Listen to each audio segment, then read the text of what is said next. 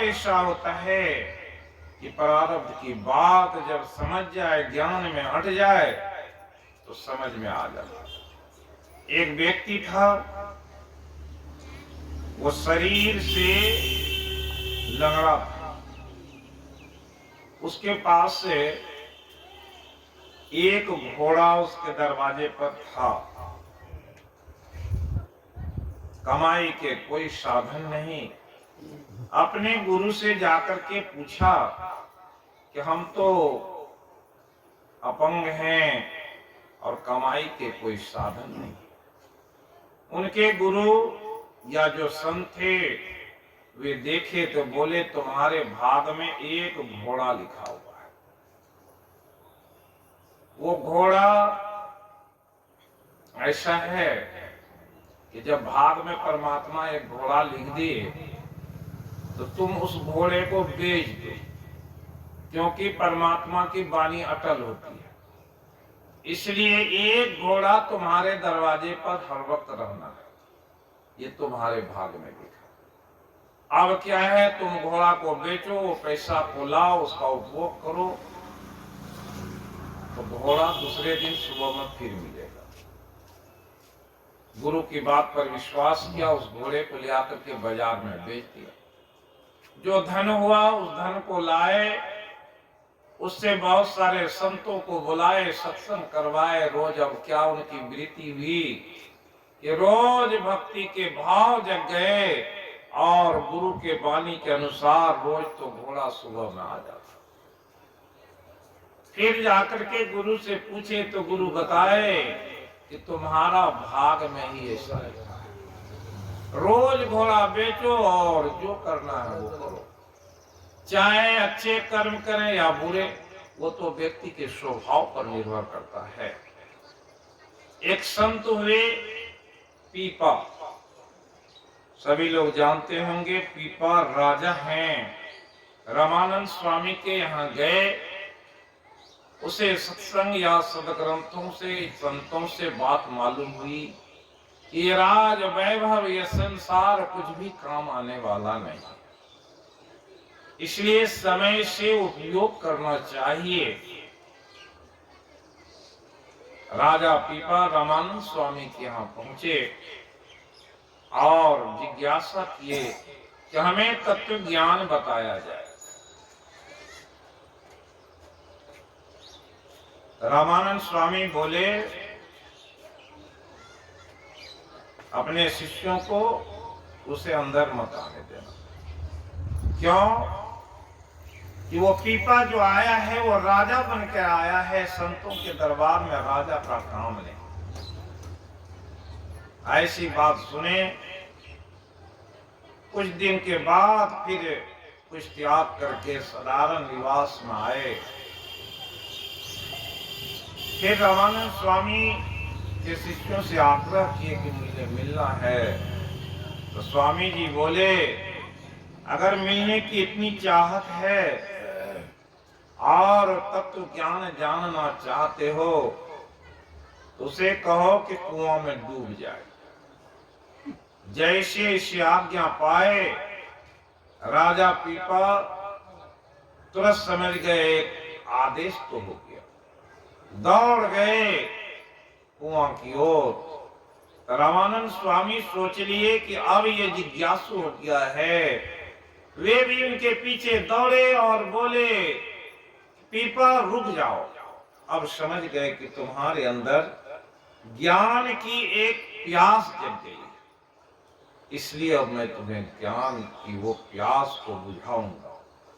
तब उसे तत्व ज्ञान दिए और बोले कि तुम अपने घर में रहो, संतों की सेवा करो और अपने गृह कार्य को, राज कार्य को चलाओ। मैं कुछ दिनों के बाद आऊंगा। जब उनके यहाँ आए तो समय में कबीर साहब इत्यादि उनके 40 शिष्य थे उनके साथ। राजा के यहाँ ठहरे। राजा की 21 रानियां सब उनके सेवा में लगे। कुछ दिन वो लोग रुके तो सबको ज्ञान वैराग्य जागृत हो गया। सत्संग का प्रभाव होता है। सत्संग में आएंगे, बहुत सारी बात को सुनेंगे तो मन में करेगा कि अब ऐसा ही हम भी करेंगे। लेकिन जैसे घर पहुंचे, धीरे धीरे वो इस कान की बात उस कान से निकल गई। सोचे बोले थे ऐसा, सुने थे ऐसा, कर नहीं पाते, क्योंकि कलयुग का प्रभाव है। वो व्यक्ति को आलस में डाल देता है। कहीं जाने के लिए सोचेंगे तो अच्छा जा रहे हैं, थोड़ी देर, आज नहीं कल, समय को टालते जाते। सारी रानियां बोली, अब वो राजा बोले कि मैं और रामानंद स्वामी के साथ ही जाऊंगा। कहे कि ठीक है चलिए। सारी रानी बोली कि हम लोग भी जाएंगे। राजा बोले चलो कोई बात नहीं, लेकिन सन्यासियों के साथ में या उनके आश्रम में रहोगे तो इस वेश में कुछ थोड़े चलेगा। वहां जाने के लिए अलग वेश है, वैसे कपड़े पहनने पड़ेंगे, वैसे रहने पड़ेंगे। उनकी जो रानियों में 20 रानी जब मालूम पड़ा कि इस वेश में नहीं जाना पड़ेगा, ये सारे जितने जेवर जेवरात हैं जो वो सारे छूट जाएंगे, तुरंत सब लौट गए। एक सीता सहचरी थी जो बड़ी सुंदरी थी, वो बोली कि नहीं चलेंगे, क्योंकि ये तो क्षणिक है, क्षण भंगुर है, इसलिए परमार्थ को प्राप्त करना है, ये आवरण को तो हटाना पड़ेगा, इसलिए चल दिया। राजा पीपा के साथ उनकी पत्नी सहचरी चली। कहने का यहाँ था कि संयम नियम से जो चलेगा भक्ति के वो प्राप्त वही कर पाएगा। अब चले तो लोग जो देखते थे राजा की कहीं न कहीं उपहास भी करते थे, उसके बारे में बोलते थे। उनकी पत्नी की सुंदरता ऐसी सीता सहचरी, उसके पीछे बहुत सारे लोग बहुत बात करते। एक बार ऐसा हुआ कि कुछ व्यापारी आए बैल के, तो बैल के व्यापारी आए तो लोग पूछे कि ये बैल कहाँ मिलेगा। तो लोगों ने कहा कि जाइए, वो राजा पीपा आजकल जो है सन्यासी हो गए और वो बैल के भी व्यापारी करते हैं। तो बैल के व्यापारी करते हैं, उनके यहाँ पहुंच गए वो व्यापारी लोग। जाकर के बोले राजा से, सन्यासी से, कि हम लोग बैल के व्यापारी हैं। तो बोला अच्छी बात है, हम भी तो उसी के व्यापारी हैं। तो कितना बैल लेना चाहते हैं? जितना बैल लेना चाहते हैं उसका खाना खर्चा जमा कर दो। तो व्यापारी समझ नहीं पाया, इसलिए जो बोले उतने पैसे दे दिए। बोले बैल कहाँ है? तब राजा बोले बैल सब तो चरने गया है, क्योंकि उनके आश्रम में बहुत सारे सन्यासी रहते थे। कब आवे? तो कल सुबह आए। कल सुबह आए तो देखे 1500 सन्यासी हैं, सब लोग भोजन कर रहे हैं। राजा से वो व्यापारी बोले कि हमारे बैल कहाँ हैं?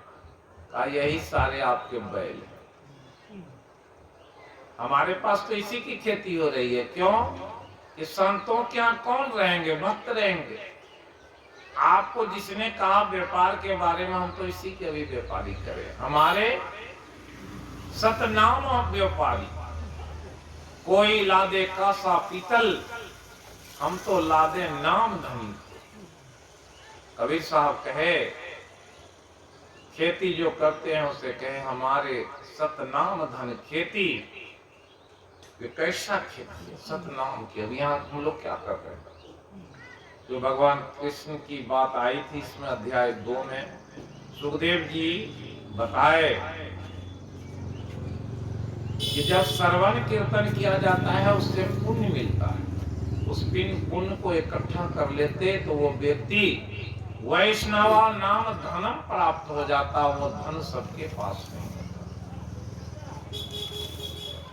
इस तरह से कबीर साहब कहे नाम का तेल सूरत की बाती, दूसरे जगह कहे कि नाम का बैल, नाम का तेल सूरत की बाती,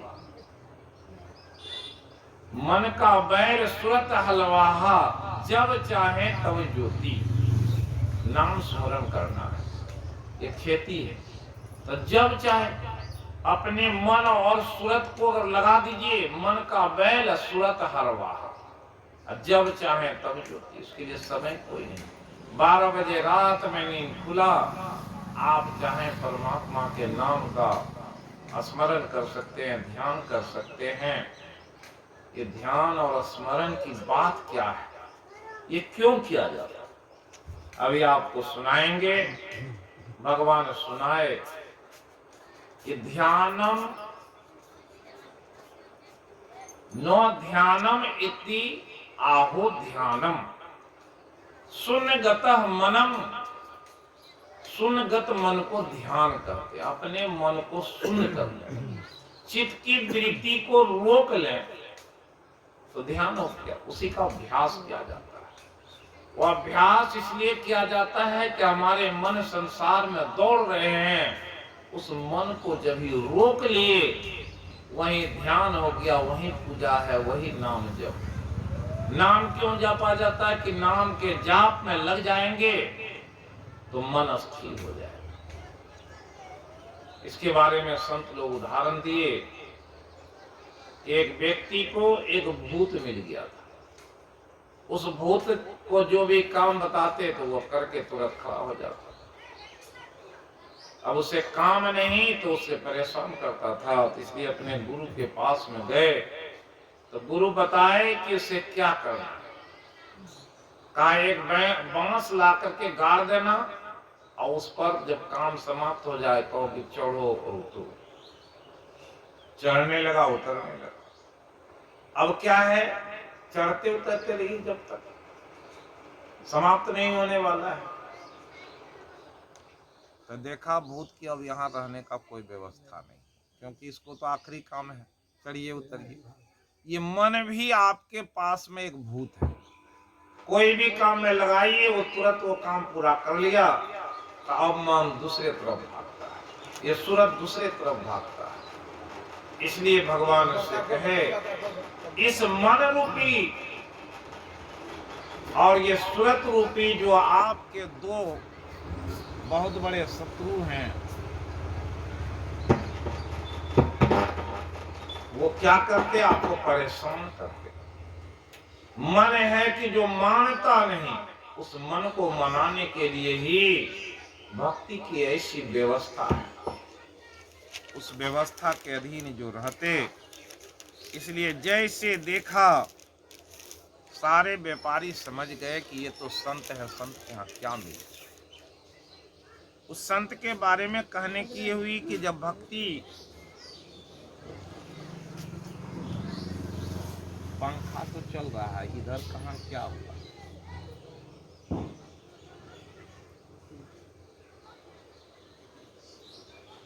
भक्ति के बारे में भी है, इस मन को थकाने के लिए तरह तरह के उपाय बताए। पांचों कर्म इंद्रियों को, ज्ञान इंद्रियों को रोक लेते हैं। मन भागता है, सूरत भागती है, इसको रोकने की कला बताए। ये रुक जाएगा तो क्या हुआ, चित्त कहाँ भागेगा। जब तक ये आंख और जीभ दो बड़े खिलाड़ी हैं आपके पास। आंख से जिधर देखे उधर मन भाग गया, नहीं भी देखे जीभ से जो खाए, आप कहीं भी हैं, कहीं पड़े रहिए, कभी न कभी किसी स्वाद की याद आएगी, तो मन होता है कि अमुक चीज को खाए। ऐसा वो चीज था। इसलिए इसे रोकने में अपने आप को लगाना। राजा पीपा किया कि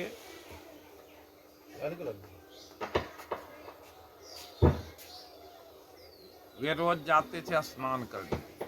भक्ति की शक्ति कैसी होती है उसके बारे में बताते। राजा पीपा को एक संत घोड़ा दिए थे। उस घोड़े पर चढ़ के जाते स्नान करने जैसे गए, स्नान करके लौटे तो देखे कि उसी बीच में एक चोर आया, घोड़ा लेके चला गया। राजा पीपा आए जैसे तो देखते हैं उस जगह फिर घोड़ा है, घोड़ा पर चले आए। क्यों? कि भक्तों के बस में भगवान। जब घोड़ा पर चढ़ करके आ गए, उस चोर ने समझा कि देखिए कैसी बात है, अभी तो एक घोड़ा पर हम चढ़ा के लाए, फिर उनको घोड़ा कहां मिल गया। उस चोर के मन में भाव जग गया कि परमात्मा की कैसी लीला है, उनके लिए घोड़ा कहना तो। राजा पीपा की ऐसी स्थिति बदली, बहुत जगह बहुत सारी बात को सुने। एक दिन सोचे कि भक्ति में भी आए तो यहाँ भी चैन नहीं, कि लोग बहुत तरह के शिकायत करते हैं, उसे बहुत बात कहते हैं। इसी क्रम में वे समुद्र में कूद गए, दोनों पति पत्नी। जैसे समुद्र में कूदते हैं कि भगवान के पार्षद वहां थे, उन्हें लेकर के द्वारकाधीश के पास चले गए। वहां जाते हैं, भगवान स्वयं उनकी सेवा में लगे। गरुड़ पुराण में पढ़िएगा कि 4 मार्ग हैं, चारों मार्ग से आने वाले की कैसी कैसी गति होती है। जो पूरब के मार्ग हैं वो पापियों के लिए हैं, दक्षिण के मार्ग पूरब से, उत्तर से, पश्चिम से भक्त लोग आते हैं। जो भक्त होते हैं, जिनके पास वैसी भक्ति रहती है, स्वयं वही यमराज धर्मराज कहलाते हैं। वहां पर धर्म के बड़े बड़े पार्षद बैठे रहते हैं, और जब वो भक्त पहुंचता है तो धर्मराज उसके लिए खड़े हो जाते, सारे पार्षद उनके लिए खड़े हो जाते, और वहां तरह तरह के वेद ध्वनि शास्त्रों की बात सत्संग चलते रहते। इसलिए उसे बड़ा आनंद मिलता। उसी में कौन जाते, वैसे भी मार्ग है जिस मार्ग से जाते यम की यातना रहती, वहां यमदूत मिलते, तरह तरह के कष्ट खेप करके पहुंचता। इसलिए कहा कि पापी के लिए यमदूत आते, जो पुण्यात्मा होते हैं उसके लिए देवदूत आते। लेकिन इसके अलावे भी जो संत होते हैं, भक्त होते हैं, उसके लिए न देवदूत आते न यमदूत, वे तो स्वयं जाते हैं। जैसे प्रहलाद गए, स्वयं गए। मीराबाई के लिए कौन से दूत आए? न यमदूत न देवदूत, स्वयं भगवान में लीन हो गई। माता सबरी कैसी थी? भगवान में स्वयं तजी देह पावक, हरिपद लीन भई, न फिरे, वहां से लौटना होता। ऐसे भक्त स्वयं जाते हैं भगवान के। तो राजा पीपा जैसे छलांग लगाए दोनों पति पत्नी, भगवान तुरंत अपने उससे लेके चले गए। 1 सप्ताह अपने यहाँ रखे और समझाए कि संसार में जाओ, भक्ति का प्रचार करो, क्योंकि लोगों में धारणा बन जाएगी कि भक्त जो है भक्ति से ऊब करके अपने प्राण गंवा दे। इसलिए भगवान उसे फिर अपने यहाँ से विदा करते। जब आते हैं तो काफी लोग देखने के लिए उमड़े, तो देखे कि उनके कपड़े में कहीं पानी का कोई सवाल नहीं, भीगा नहीं, पैर तक नहीं भीगे। सब लोग सोचने लगे कि ये कहाँ गए, कैसे आए, आपके पैर तक नहीं भीगे। कहा ये प्रभु की लीला है। हम लोग जैसे कूदे तो भगवान लेकर चले गए, तो उनके यहाँ रहे और फिर लौटे। ऐसे भक्त के बस में भगवान जब हो जाते हैं तो लीला उनकी सुनेंगे तो समझ में आएगा। भगवान क्या करते हैं, सीता सहचरी और पीपा दोनों एक नदी में स्नान करते थे, जहां रहते थे उस जगह नदी। तो जब नहाने के लिए गए थे राजा, तो वहां देखे कि कई घड़े स्वर्ण मुद्राओं के पड़े हुए थे नदी के किनारे।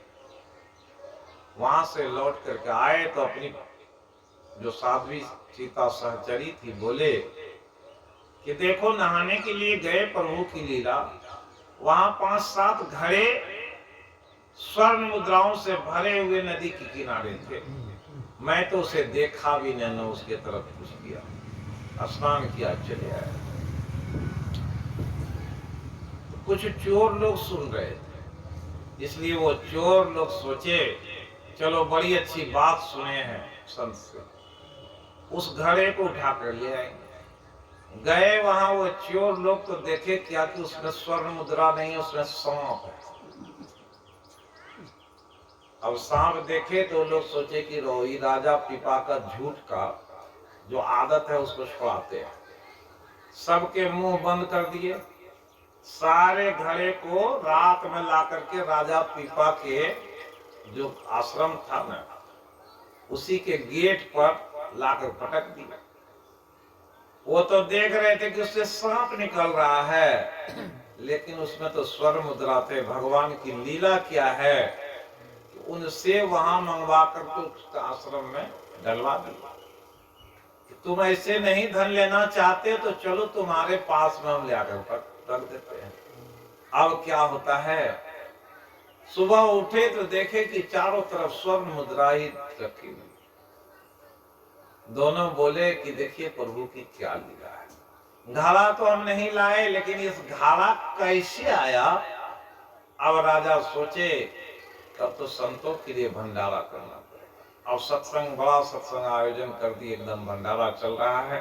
स्वर्ण मुद्राओं से सामान आते, लोगों खाते जाते। चोर लोग आए तो देखे कि भाई यहाँ तो देखते हैं कि दिन दुना रात चौगुना हो गया। समझ में बात बैठ गई कि भगवान की लीला, जब उस लीला को समझना बड़ा भारी। जब ज्ञान हो जाता है तो सब तब ईश्वर परिधान की बात आती। ईश्वर पर विश्वास होना यम नियम में है कि जब तक आपको परमात्मा पर विश्वास नहीं हो जाए, उन पर विश्वास होगा तो देखे कि जो राजा उसको रहने से काम चल रहा है। दूर पड़ी थे ना, आवाज उतना पकड़ रहा है जिससे काम चल रहा है। दो दृष्टिकोण होता है। एक दृष्टिकोण है कि आवाज दूर तक जाए, एक दृष्टिकोण है कि जो आप बैठे हुए हैं आपको समझ में आवे।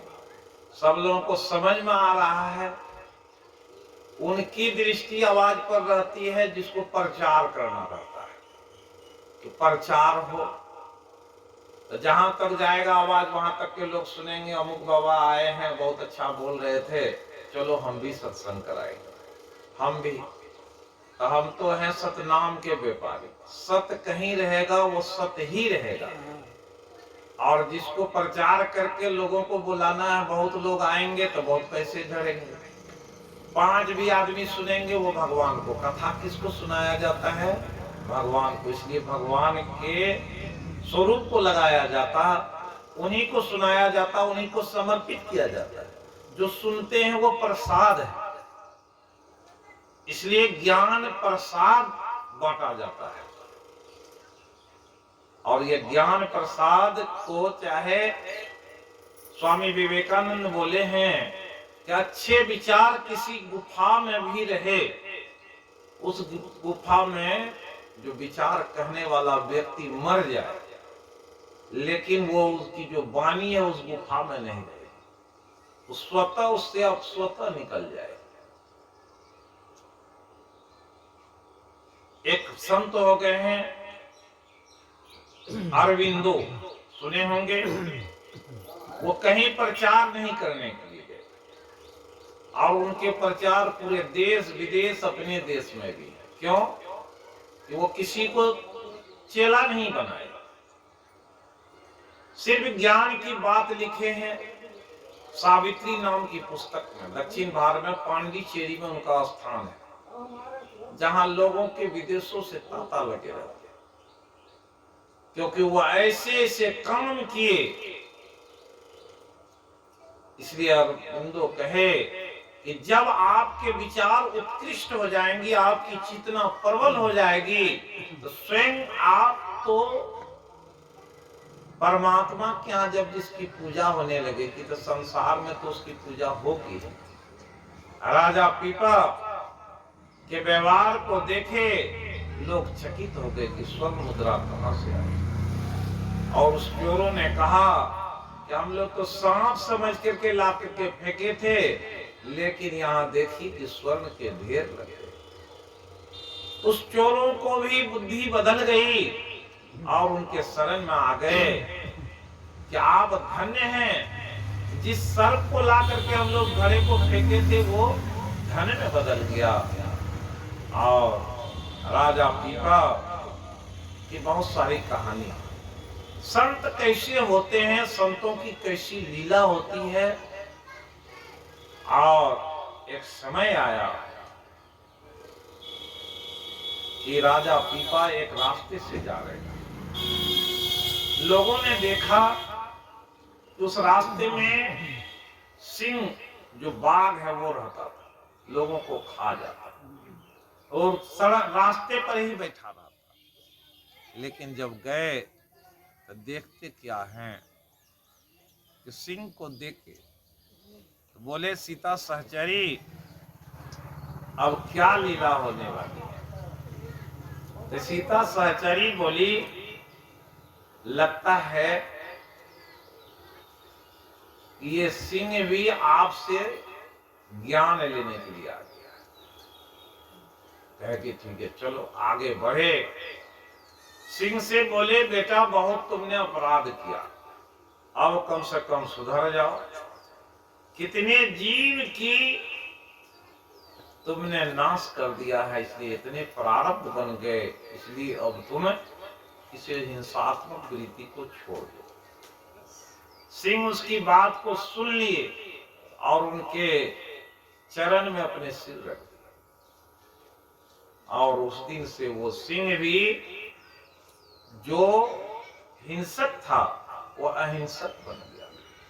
इसलिए राजा पीपा की गाथा में आता कि पशु भी उसके ज्ञान से तृप्त हुए, ठीक वैसे ज्ञानदेव भी हुए। ज्ञानदेव भी ऐसे ही ज्ञान के पुजारी थे। आप लोग जानते होंगे ज्ञानदेव मात्र 21 वर्ष की आयु में समाधि ले लिए। और ज्ञानेश्वर जी दक्षिण भारत के बहुत बड़े संत कहलाते हैं। उनकी पुस्तक है ज्ञानेश्वरी। और वो ब्राह्मण थे, ब्राह्मण लोग उसे ब्राह्मण नहीं मानते थे, क्योंकि उसके पिता जो विट्ठल थे वे भी रामानंद स्वामी के शिष्य थे। लेकिन एक बार रामानंद स्वामी किसी मंदिर के तरफ गए तो वहां उस विट्ठल की पत्नी उस मंदिर से निकल रही। रामानंद स्वामी को प्रणाम। रामानंद स्वामी बोले कि सौभाग्यवती भवः पुत्रवती भवः। तो उनकी पत्नी बोली कि बाबा ये दोनों बात झूठे हो जाएंगे। क्यों? बोले कि मेरे पति आपके यहाँ सन्यासी बन गए, तो सन्यासी को पुत्र कैसे होगा?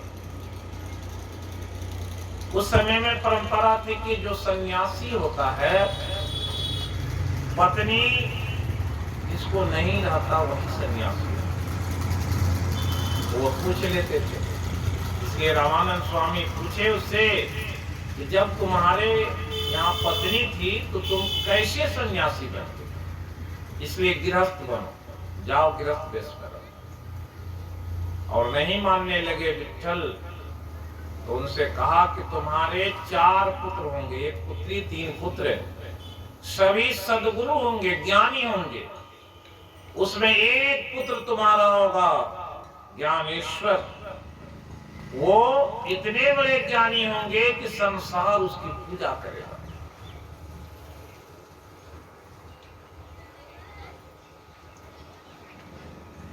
इसलिए ज्ञानेश्वर जब एक जगह ब्राह्मणों के साथ बैठे हुए थे तो पितर के बारे में जब आता है तो लोग पितर को नहीं मानते। श्राद्ध में पितर की पूजा होती। देखते हैं कि पितर पक्ष आता है जब अपने यहाँ जीवत पुत्रिका वगैरह का व्रत होता है, लोग गया में जाते हैं श्राद्ध करने के लिए। उस समय में पितर पक्ष होता है। वो पितर पक्ष में अपने पितरों को लोग जल देना चाहिए, उसका तर्पण करना चाहिए। ये सब हमारे शास्त्र के नियम है। तो वही पितरों की बात जब आई तो ज्ञानेश्वर जी बोले कि आपके जितने पितर हैं सबको बुलाइए भोजन में, संतों के साथ भोजन वे लोग भी करें। तो सबों ने कहा कि पितर भी आएंगे। ब्राह्मणों ने कहा और पितर आते हैं? ज्ञानेश्वर बोले आते हैं कि नहीं आते हैं, आ जाएंगे। इसलिए सबके पत्तल लगा दो, पत्तल लगा दो। जब पत्तल लगाए तो बोले कि जो जो आपके पितर हैं उसके नाम बोलो, दादा परदादा और सब जितने मरे हैं सबके नाम बोलते जाइए, पत्तल लगाते। उस व्यक्ति ने कहा कि मैं तो नाम नहीं जानता। कहा कि यथा नाम करके लगा दिया। फिर सबके आह्वान हुए तो सारे पत्तल पर बैठ करके उनके पितर भोजन करने लगे। तो ये बोले सारे ब्राह्मण कि अगर आप इतने बड़े ज्ञानी, इतने बड़े शक्तिशाली हैं तो एक भैंसा जो है जिसे कहते हैं वो मत वाला था, पगला जैसा था, वो इधर उधर भागता था।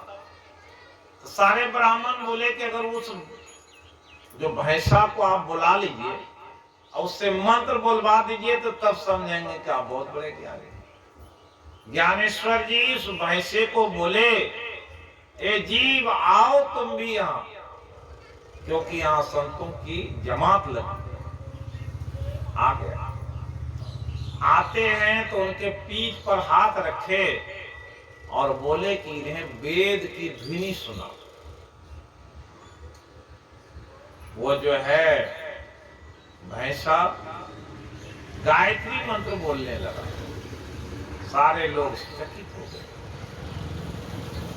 और ऐसे कर्म को देख करके तब जब तक चमत्कार नहीं होता, नमस्कार नहीं होता,